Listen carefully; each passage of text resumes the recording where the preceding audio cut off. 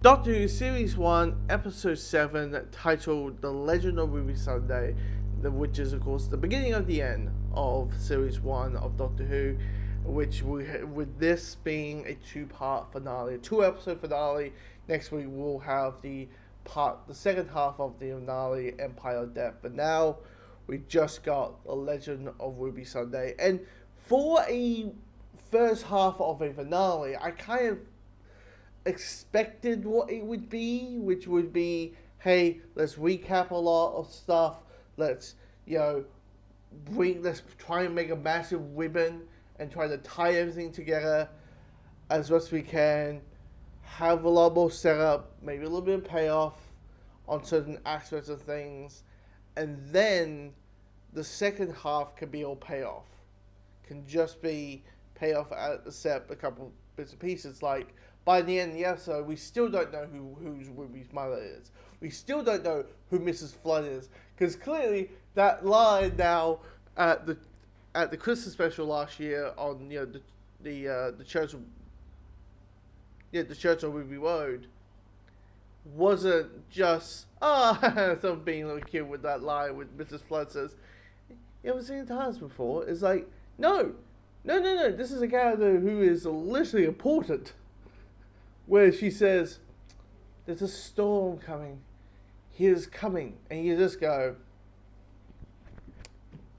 "Who are you? Who are you, Mrs. Flood? I need answers."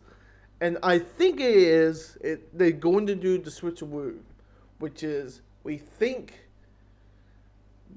that sadly this character isn't going to be showing up in the season, but by the end of next week, we know that the character was there all along. We were thinking it was this person, not that person.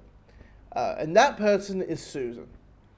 The Doctor really thinks that this Susan Twist, this woman who's been popping out through every single episode of the series, from being a waiter in the 60s to being a ambulance machine, to being a cyborg, to being this, being that, being someone's mother, to all these possibilities. She keeps showing up, and the Doctor goes to Una and saying, "Hey, do you know what's going on here? Maybe you guys can investigate." And they be on game on it because they realize there's something a little bit fishy on her already. And what they realize is two things. Her company, Susan Twist runs a company, and is going to do like the big presentation around the world, live stream around the world, that type of thing. But she has her business is spelled TARDIS, spelled backwards, and her last name is Susan. Her first name is Susan, which of course makes the Doctor thinking, could this be my granddaughter? Could this be could it be a payoff that's been around for 60 years, a 6-year payoff of the words, "One day I shall come back. One day I shall come back." And he never comes back, but except the Doctor finds Susan, Susan finds the Doctor, or the both of them meet, and you're thinking, this is wonderful. Oh my god, this is going to be paying off. This is going to be such a remarkable moment. And then you realize, oh fuck, the villain's name is this. She's just named Susan, and she's like a hencman, and she's part of the Legion, and she's like part of the God of Death and all that. And I just this is a bull crap. This is a bullshit. I wanted to see the Doctor reunite with his granddaughter. But in reality, and for me, I was like, hopefully Mrs. Flood. Hope Mrs. Flood is Susan. Hopefully Ruby's mother is Susan. Because it just feels like, dropping a character like that and just saying, it's the biggest cock tease ever. You think about it, it's like what is the biggest character reveal that you can do, and that is show, hey, the OG companion's back. You know, who was the granddaughter. That would be a remarkable thing. A remarkable thing. And this game, yeah, it would be the biggest cock tease ever. Now, with the Ruby Sunday stuff, with the mystery of her mother and trying to piece things together, you know, it does feel like the mystery is more like, it's just like piecing things together that, okay, this is this, right on the doorstep, okay, the doctor arrives, it's kind of like a murder mystery where they kind of just recap what happened before they give you the new information. And of course that new information is going to come out next week. I really do hope we find out who's the mother. I don't think this is a storyline that you can easily switch to another season. You kind of have to pay it off now. And if it's Susan or whoever, whoever it is,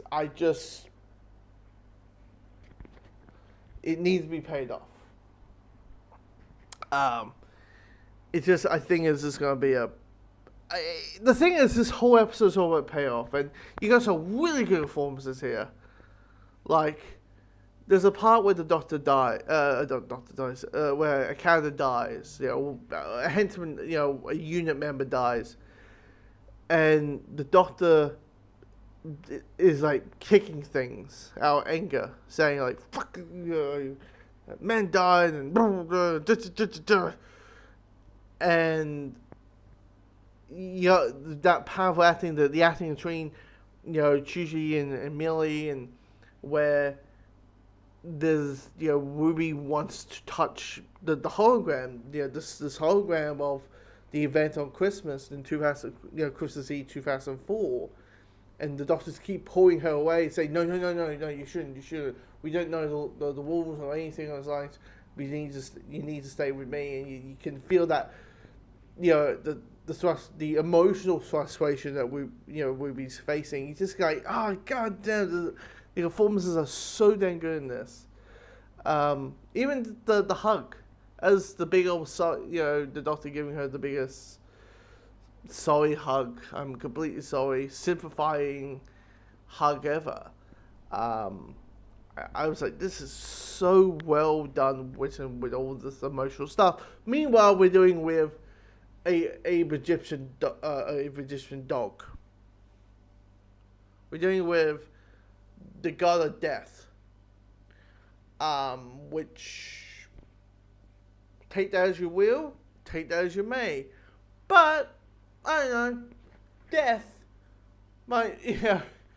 And by the way, apparently it's like a reference to like a Tom Baker story. I'm not up to the Tom Baker era yet, so I'm a little bit. What is it?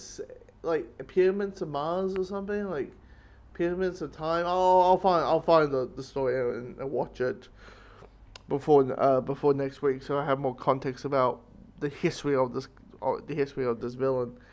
But yeah, it's all set up. This episode, it's all set up, but it's interesting set up, and you know, Bobby Langford comes back as Mel. And the idea of the companion giving the doctor a good stern about, like, you know, stop your grizzling. Now get up and, you know, if she is your granddaughter, get your husband over there and say hi. So yeah, I honestly thought Susan Twist, if it was Susan, like Susan, I thought we could always do the Watch thing. We could, you know. The memory of a Time Lord is in a memories of a Fourth Watch, you know, or item or something. But you know, we don't know what happened.